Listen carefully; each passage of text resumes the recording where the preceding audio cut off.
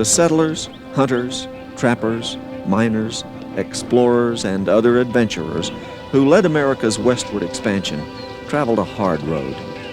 Their dreams gave them strength to face each new day, but the reality of weeks on the trail, fighting the weather, the uncertainty, and occasional Indian attacks, must have tested those dreams to the limit. Still, they pressed on, ever westward. And for each group, there had to come the day they got their first glimpse of the mighty Rocky Mountains. Whoa, hold up, whoa.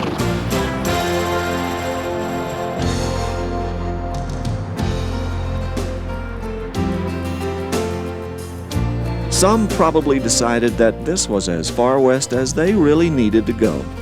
For others, the mountains were just one more obstacle between them and their dreams of a new life in California. Today, we travel up and over the Continental Divide on broad superhighways or in jet planes, with little or no thought of the hardships and dangers which faced our forebears. In the 1800s, it was a far different story. Roads over the high country didn't exist. Those who traveled west for the California Gold Rush in 1849 saw the Rocky Mountains only as a barrier in their path to riches. Only 10 years later, after the bright promise of the California gold fields began to dim, did prospectors remember tales of gold strikes in the Rockies. Gold had been discovered in Colorado in 1859. Those who had missed out on the great rush to California 10 years earlier believed this was their chance. Some estimate that 100,000 people took part in what came to be called the Pikes Peak Gold Rush.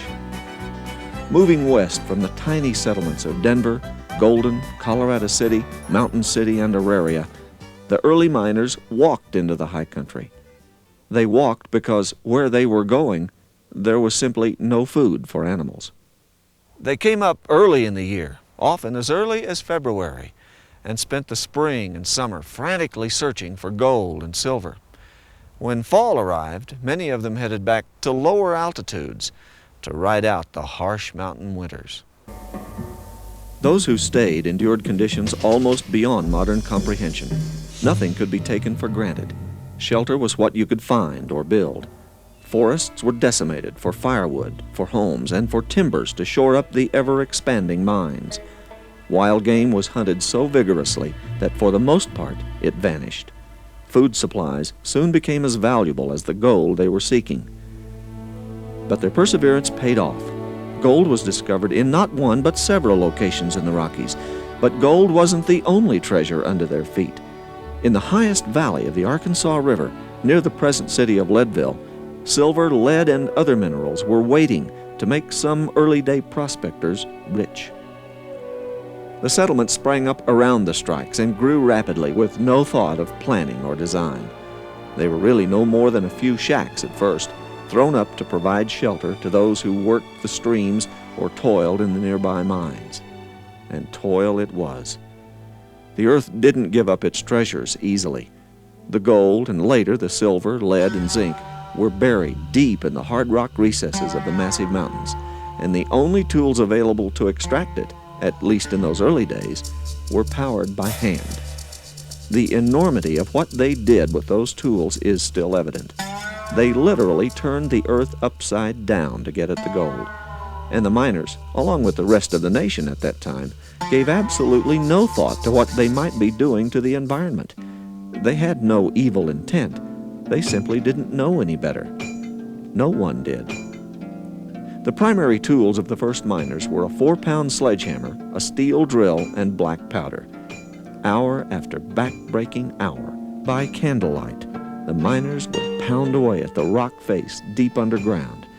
If one miner operated both hammer and drill, it was called single-jacking. Miners made more progress by double-jacking or working in teams.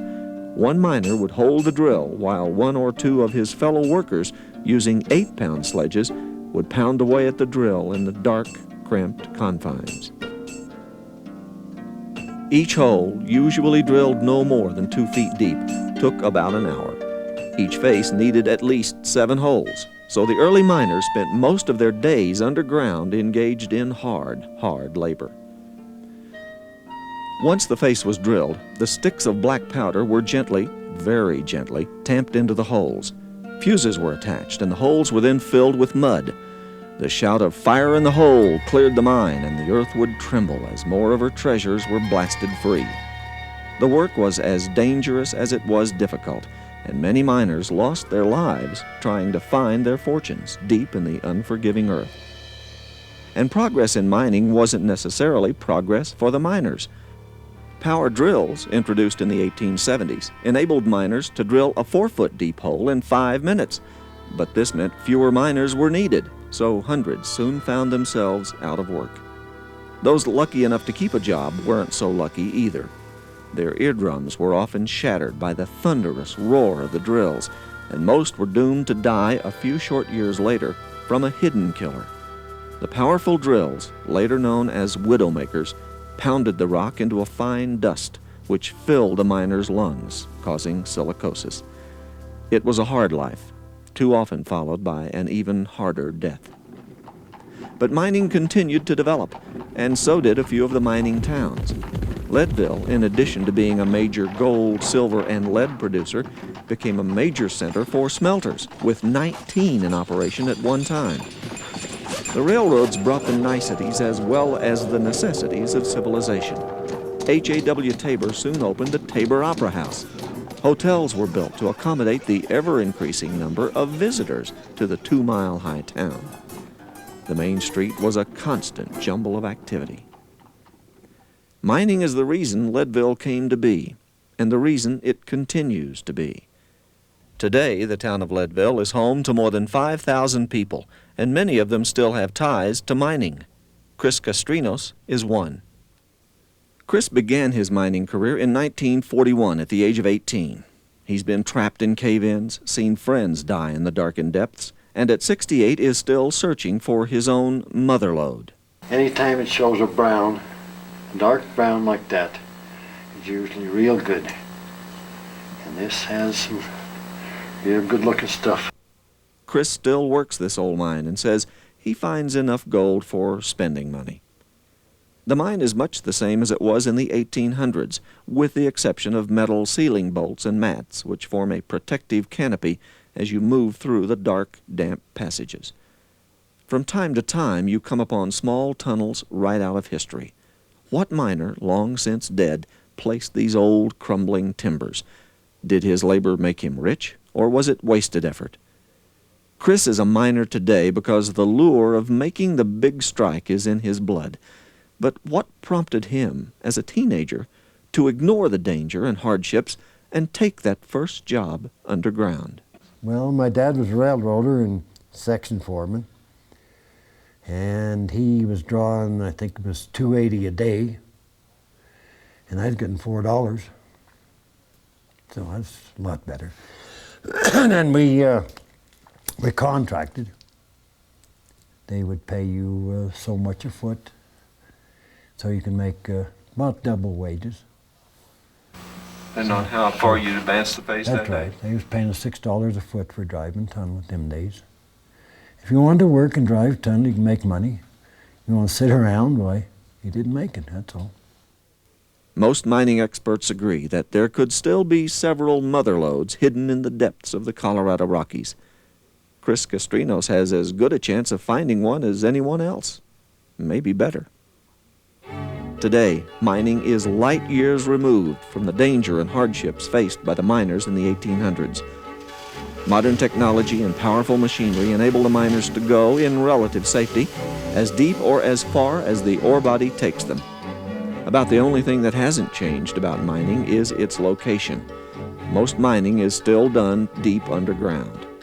Mining is, basically, digging through dirt, and so it will never be a nice, clean occupation. Today, though, because of an ever-present emphasis on safety, mining has become a relatively safe way to make a living. I would put mining up against any industry basically in the United States or worldwide as far as safety. Our record is very good. We got to make one thing clear. I'm no daredevil, and I wouldn't be underground if it wasn't safe. It doesn't take long to realize that mining is very hard work performed under difficult conditions, yet most of these men wouldn't dream of doing anything else. Why? First, heritage. Most miners have fathers and grandfathers who were miners. Second, pride. A lot of people look at miners and say, oh, that must be completely unbelievable. Who would do that for a living? But an actual miner is a professional. It takes a lot of skill, a lot of safety, a lot of attention in what actually they're doing. And if you look at a miner, maybe he doesn't have a college education, but you can actually call that person a professional. Instead of mother loads, today's miners search for seams of ore-bearing rock. Instead of driving the drills by hand, machines accomplish the task in minutes. And the introduction of water into the drilling process has virtually eliminated the problem of silicosis.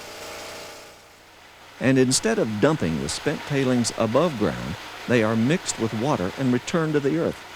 There are several benefits.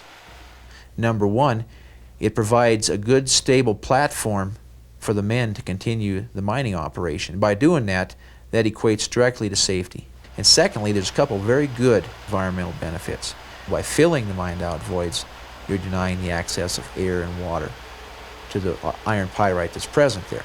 Mine acid drainage is created when oxygen and water comes in contact with the iron pyrite or the fool's gold that's present in these old mined-out voids. And it greatly reduces the accumulation of tails on the surface. In this mine, the Black Cloud near Leadville, Colorado, ore-bearing lead and zinc and some gold and silver is removed by modern electric trains.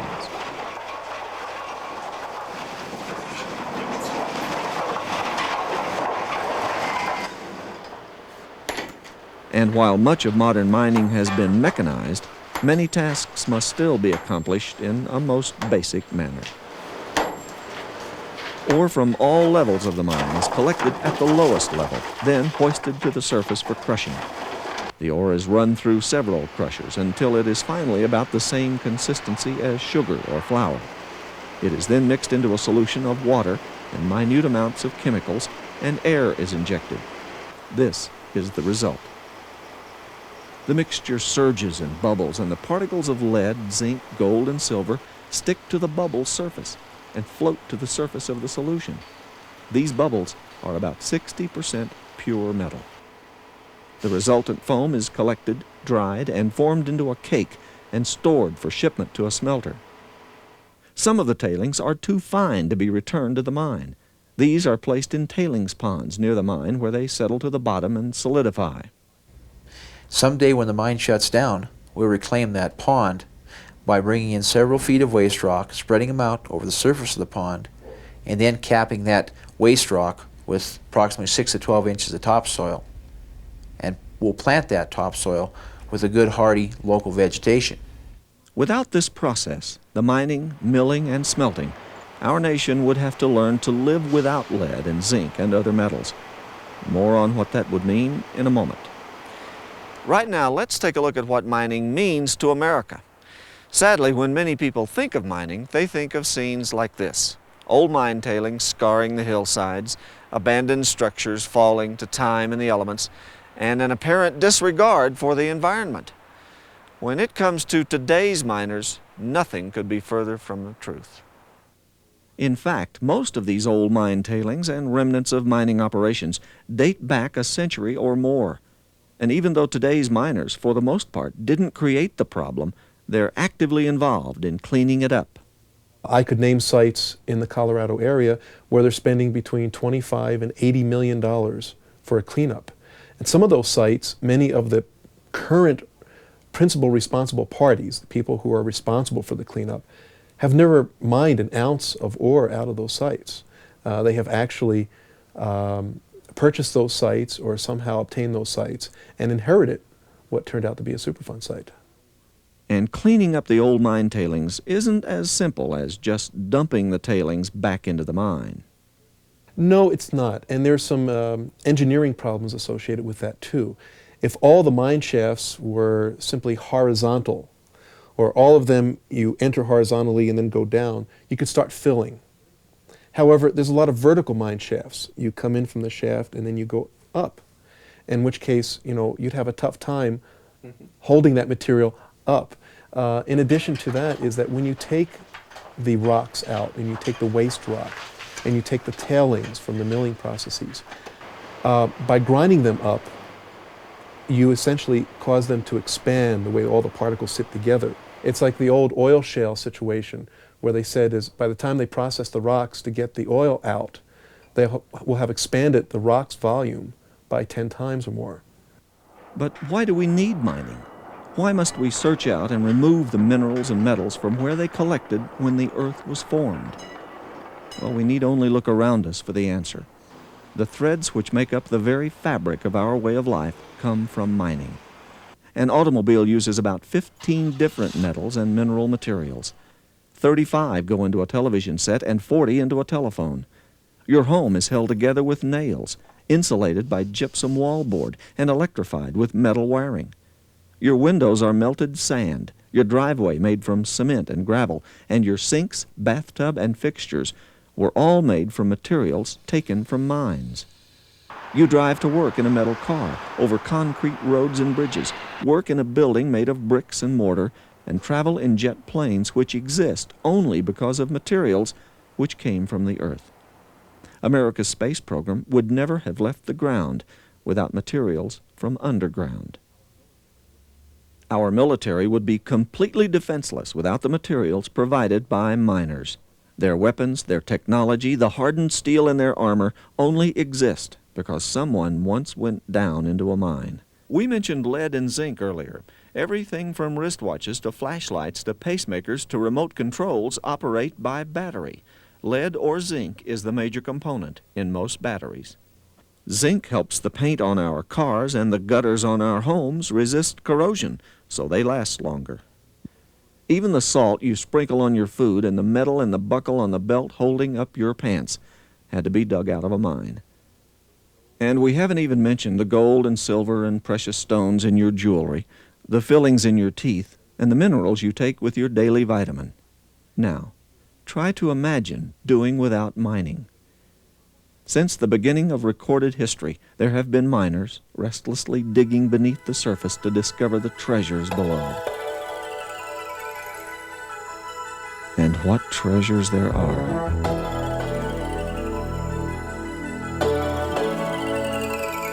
Their beauty and variety dazzle the eye and challenge the imagination.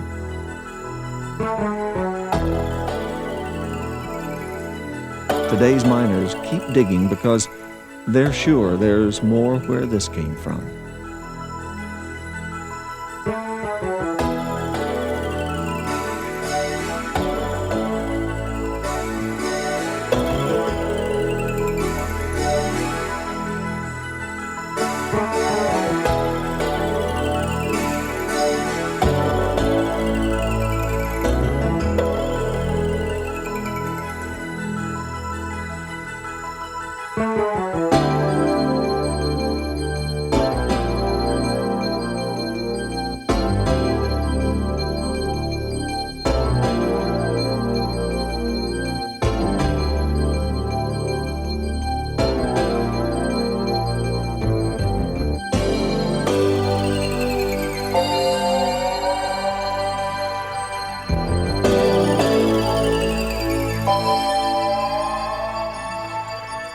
Since time began, the richest nations on earth have been those with the greatest natural resources.